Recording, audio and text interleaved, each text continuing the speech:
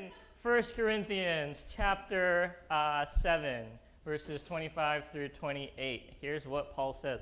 Now concerning the betrothed, I have no command from the Lord, but my judgment as one who by the Lord's mercy is trustworthy. So let's pause there. Can we go to the verse, Aaron? Okay, so Paul, whenever you see that wording, now concerning, means he's switching topics. He's answering a different question.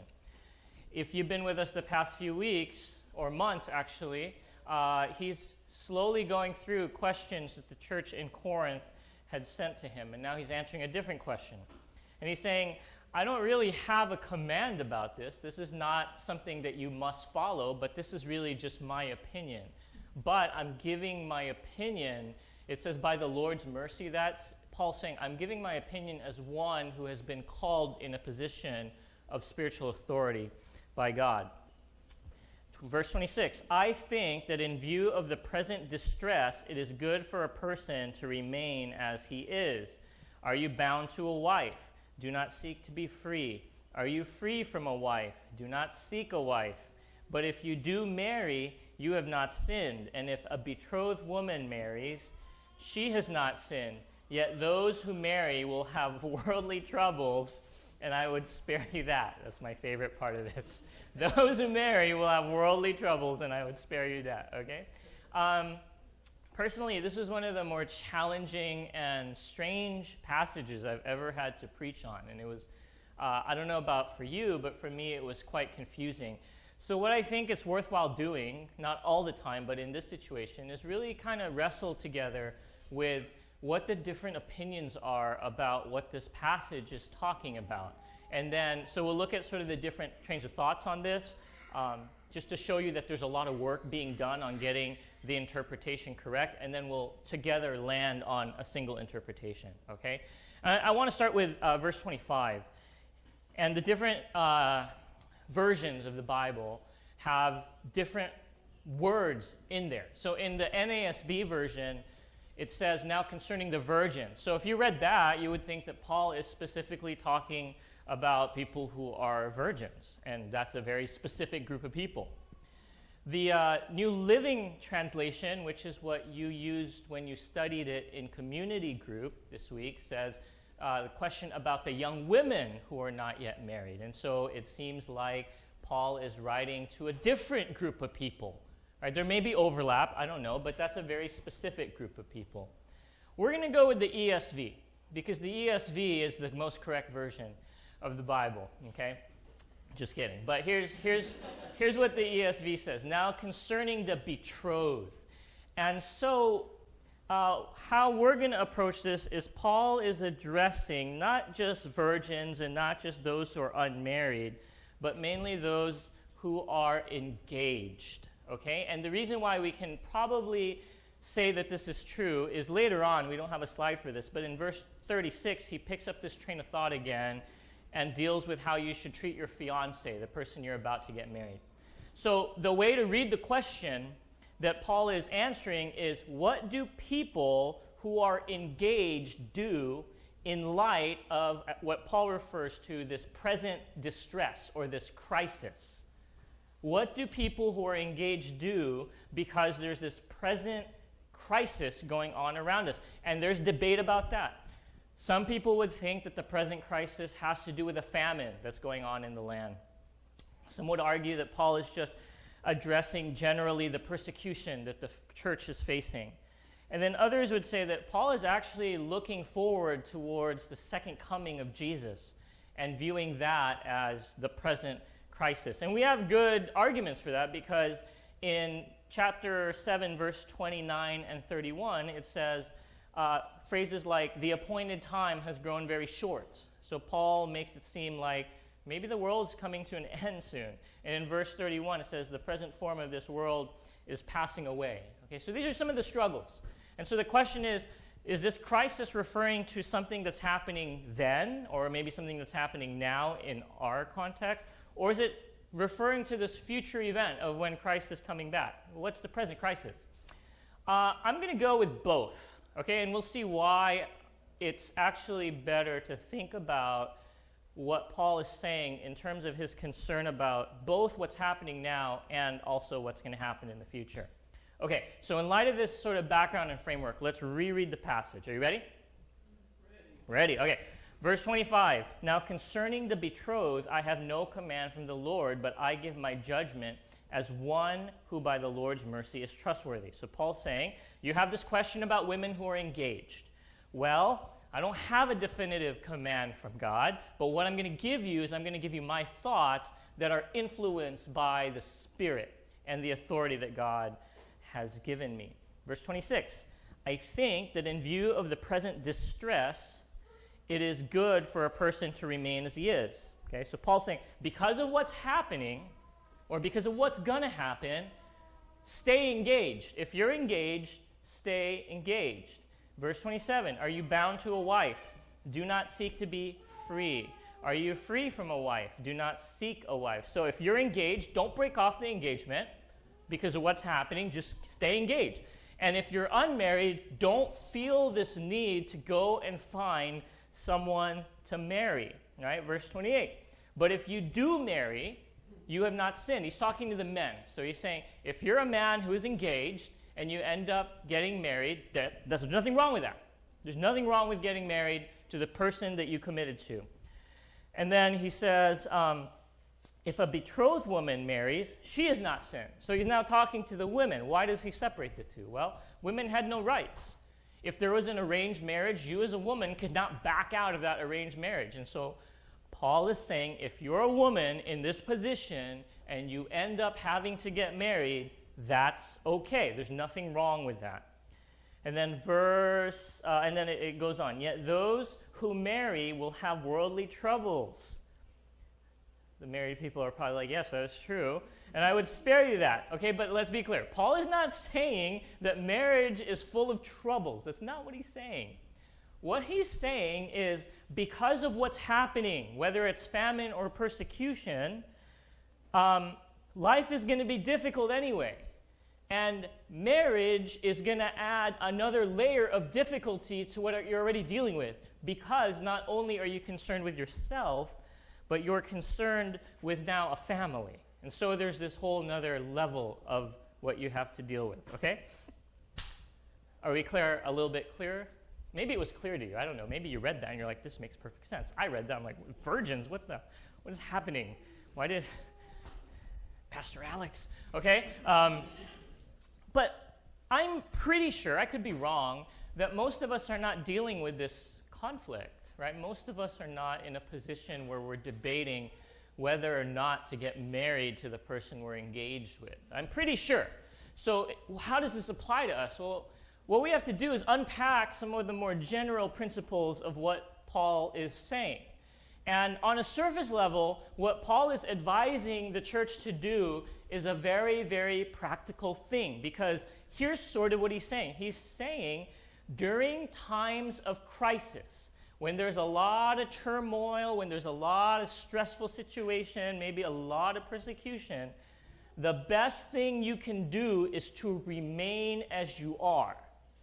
And so in other words, in times of crisis, the best thing you can do is don't make any major changes.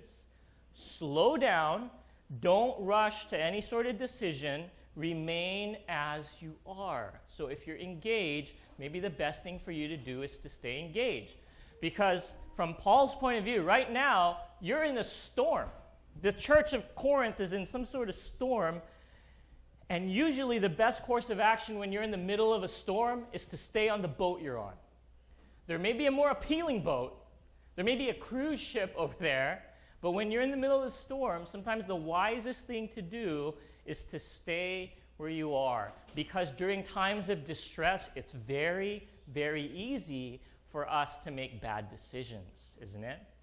And part of the reason why it's easy for us to make bad decisions is that extra pressure really makes us rush into choices without careful thought. That's why we played the game.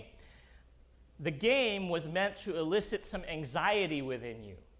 And I'm pretty sure that a lot of the decisions that you made and a lot of the choices you picked was not because you took the time to reflect or to deliberate with somebody else, but you were acting mainly on instinct, and you were just reacting to what the present pressure was forcing you to do. Right? And so it's very easy during times of crisis to make very poor decisions simply because we are rushed. Proverbs 19 says, "Desire without knowledge is not good, and whoever makes haste with his feet misses his way." Right? How many of us have made such a quick decision without thinking about it that we go the wrong way? Proverbs 14:15 says, "The simple believes everything, but the prudent gives thoughts to his steps." Sometimes we need to take our time. Some things take time. And it's really hard to do that when there's pressure on us to make these sudden, big, life-changing decisions. One time I was in a rush, but I was really hungry. And the one thing I really wanted, for some reason, was a hard-boiled egg. And a hard-boiled egg takes 10 minutes. That's too long, right? That was way too long for what was going on at the moment. And so I thought, well, a hard-boiled egg is just an egg in boiling water. What is the fastest way to boil water? Microwave. So I put the egg in a bowl of water, and I put the bowl of water in the microwave, which boils like 3 times faster than it would if I just put it in a pot. And I thought, man, that was a great idea. I'm so clever. And it seemed like a great idea until the moment I actually cracked the egg and the molten yolk exploded and burned part of my face off, right? And I was like, now I have to explain to people why there's this like wound in my, well, an egg exploded, you know? And it's because some things take time. And in times of crisis, sometimes we rush to a decision, where instead what 1 Peter tells us in the Bible is how we should think about this is we should be sober-minded and watchful, right? Can we put up the verse? Be sober-minded and watchful. That word for watchful just means be attentive. So it's really easy not to be attentive in these seasons, right? When instead what we should do is maybe take a step back, slow down, and seek God. Proverbs 2:1-6 says, "My son, if you receive my words and treasure up my commandments with you, making your ear attentive to wisdom and inclining your heart to understanding. Yes, if you call out for insight and raise your voice for understanding." How many of us during times that are difficult do this? That we take a step back and we call out, not just like, "God, please give me wisdom," but we cry out with a loud voice, "God, show me your wisdom." Or how many of us think that we just have to make a decision? And I'm going to make this decision and just kind of go with it, right? I had a friend who had this life philosophy, and he said, sometimes you just have to do it. And so one day, he decided to go on a 40-day fast. He just said, okay, you know what? Tomorrow I'm going to start a 40-day fast. No food for 40 days. And he didn't seek any sort of wisdom. He didn't seek counsel. He didn't prepare his body. And I understand the heart behind that. The heart was he wanted to trust God. He wanted to not be paralyzed by overthinking it. He's that kind of person that's like, I want to walk on water, so I'm going to get out of the boat and just like hope for the best, right? And I mean, that was fine, but because he didn't really seek God, he didn't seek God's wisdom like silver and search for it like hidden treasures. How long do you think he lasted? 3 days, right? 40-day fast, 3 days. Not bad, right? Better than me, all right? And so, slow down, Paul is saying. Stay where you are, and instead let's seek God a little bit more. James 1:5 says, if any of you lacks wisdom, let him ask God, who gives generously to all without reproach, and it will be given, right? So ask God, but, okay. So what? I mean, why is this a Christian message other than seeking God? The whole idea of slowing down when you're in a time of crisis is not very original. I could have given this talk to anybody, and it wouldn't have any sort of God to it, right? So in order to view Paul's advice as more than practical, and dig a little deeper as to what he's really saying and why he's telling people to remain engaged, we actually have to preview next week's sermon, okay? So this is sort of a look ahead, all right? Here's what he says later, right after this whole thing to remain engaged because of this present crisis. Verse 29, "This is what I mean, brothers. The appointed time has grown very short. From now on, let those who have wives live as though they had none, and those who mourn as though they were not mourning, and those who rejoice as though they were not rejoicing, and those who buy as though they had no goods, and those who deal with the world as though they had no dealings with it, for the present form of this world is passing away." The Greeks had two words for time. The first word is chronos, and chronos is just the normal passage of time. It's today now, tomorrow will be tomorrow. Time, chronos, chronological is where we get that word. Chronos is measured in hours, seconds, minutes. But the second word the Greeks had is this Greek word kairos, which views time not just as happening, but views time that there's sometimes these particular seasons that are really seasons of opportunity. Sometimes it's translated, this word kairos, as it's a suitable time, or it's this right moment. It's this favorable moment. And the way that the Christians would understand that is it's this appointed time where God is moving in some powerful way. It's opportunity. And so kairos time is not measured in minutes. It's measured in opportunities. There's this ripeness, this like readiness about this kairos moments. And this is the time that Paul is referring to here. Now, seasons of kairos could happen to us individually. Wouldn't you agree that there have just been times in your life, hopefully, where God just seems so present? And you know he's there all the time, but there's something different about some seasons of life we go through. There seems to be, like God is just really working and working more so. I know he's always working, okay, but hopefully you kind of catch what I'm saying. And there's almost something divine about this season in your life. And it's not always the easiest season. Sometimes it's the seasons of crisis, like Paul is talking about. Sometimes it's the most difficult season. And some would say, shouldn't your Christian life always be like exciting and amazing? Well, I think we're also called to be faithful during times where it's pretty ordinary.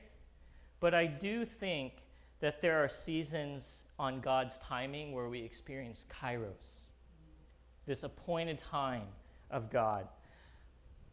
Sometimes you see kairos happening church-wide. Look at the church in Acts. We look at the early church as kind of a model. And I really think that what went on in the early church was sort of a kairos moment for them, because it wasn't always like that, right? There was just this season where the church just seemed to be thriving.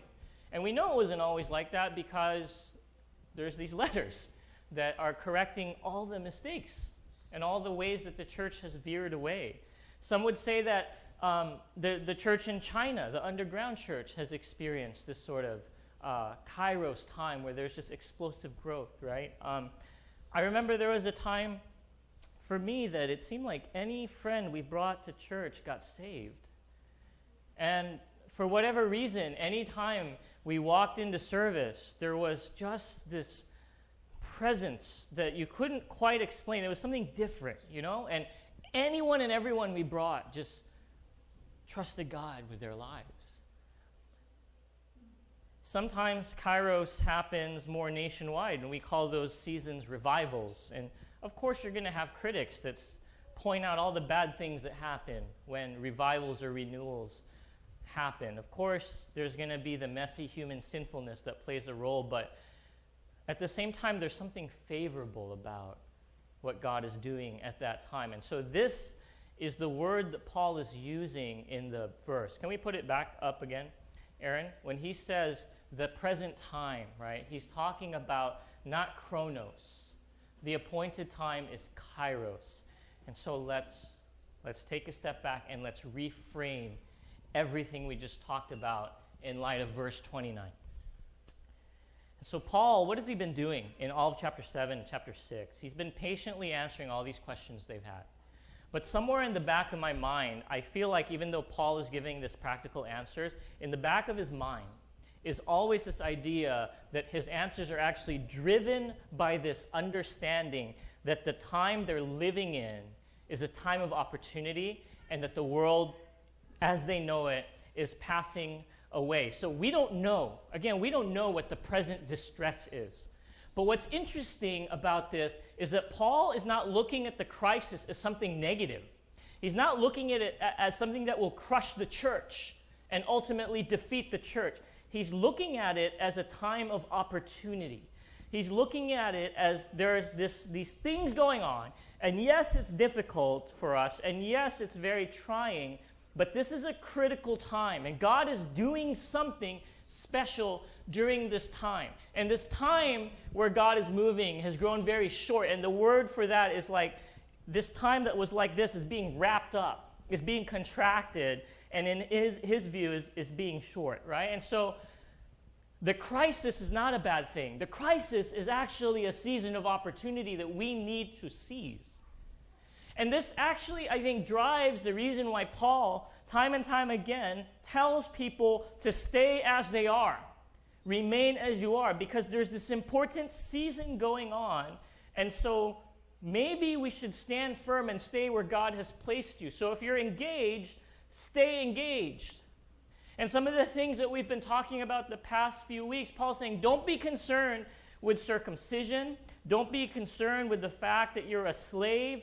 Don't try to get out of engagement. Don't try to get married if you're not engaged. But instead, as I said last week, let's consider the possibility that God has placed you where you are because of his perfect timing for the Kairos season.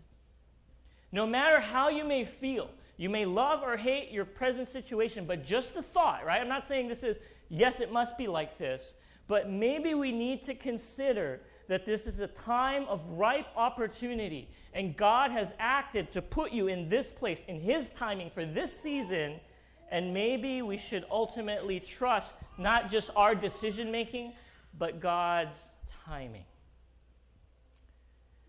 And then Paul says something very strange. He says, from now on, let those who have wives live as though they had none. So is he saying live like a bachelor? Do what you want, right? Amen, right? Those who mourn as though they were not mourning, those who rejoice as though they were not rejoicing, those who buy as though they had no goods, and those who deal with the world as though they had no dealings with it. What in the world is he saying? Okay, let's leave this up here. Okay, so here's how I want us to think about this. All he's saying is understanding the current situation as being a Kairos moment needs to influence the decisions that we make and how we view things like marriage, things like mourning, things like rejoicing, things like buying and selling, right? Because look, it's important. It's important to mourn if you need to mourn. It is important to rejoice if you need to rejoice. Buying and selling, all those things, those are part of everyday life. But Paul is saying, let's consider the possibility that maybe the season we're in is not everyday life. Maybe the season we're in is a Kairos season. And so he mentions these things that are a very normal part of being human. You should mourn. You better buy things. You better sell things, right? That's just a normal part of being human. But it's not an issue of whether or not these things are important. What he's saying is, in light of the Kairos moment happening in your life, it's not an issue of whether these are good or bad. It's an issue of priorities. So he's saying there's something bigger happening around you. And all these things that are very important still need to pale in comparison to what God is doing. Need to pale in comparison to us doing God's work. So yes, you should treat your marriage as something very precious and something very valuable. But compared to what God is doing, you should almost view it This is hyperbole, right? As if you're not married. And let me just kind of close with this thought on this. What he's saying is this. It's not about importance, it's about priority, right? And what we see time and time again is that when we put God first, when we put God's work first, when we put God's kingdom first, everything makes a lot more sense. And the experiences of life, things like joy, things like mourning, things like marriage, the experiences of everyday life are actually experienced in a more proper way because the priorities are in order. So what do I mean? Here's what I mean. If we seek to love God first, if we seek God's work first, if we seek to seize this Kairos moment first, then you know what? We're going to enjoy marriage as a beautiful picture of God's love for the world, instead of seeing marriage as this thing you got to work at all the time and work on your communication. Every marriage seminar I've been to says the main problem is communication, right? But if we put God first, we can actually experience marriage properly for what it is. Let me say this. If you put God first, you can enjoy money in its proper context. And you can view money as a blessing from God in order to be able to provide for your family or to bless and expand God's kingdom. And instead of viewing money as the thing and having that control you, and buying things and having things, instead of having that control you, you can enjoy it in its proper setting as being below your priority of God. You can enjoy even your singleness properly if God is first in priority, because you can view it as a time, a special time, a Kairos time of freedom where you have the flexibility to serve God in different ways, instead of viewing singleness as this burden and this shameful thing that you need to get out of as quickly as possible. I'm going to say something shocking. If you put God first, you can even enjoy your job as God's way of allowing you to use the gifts He has given you and allowing you to be useful and a blessing to the world, instead of viewing your job as the thing that defines you and the thing that makes or breaks your day. Because our affections are God first, and everything else in order pales in comparison, but it can be enjoyed properly. Even mourning, as we put God first in our life, even mourning can serve to, instead of destroy us, can serve to drive us closer to the true source of our peace and our joy.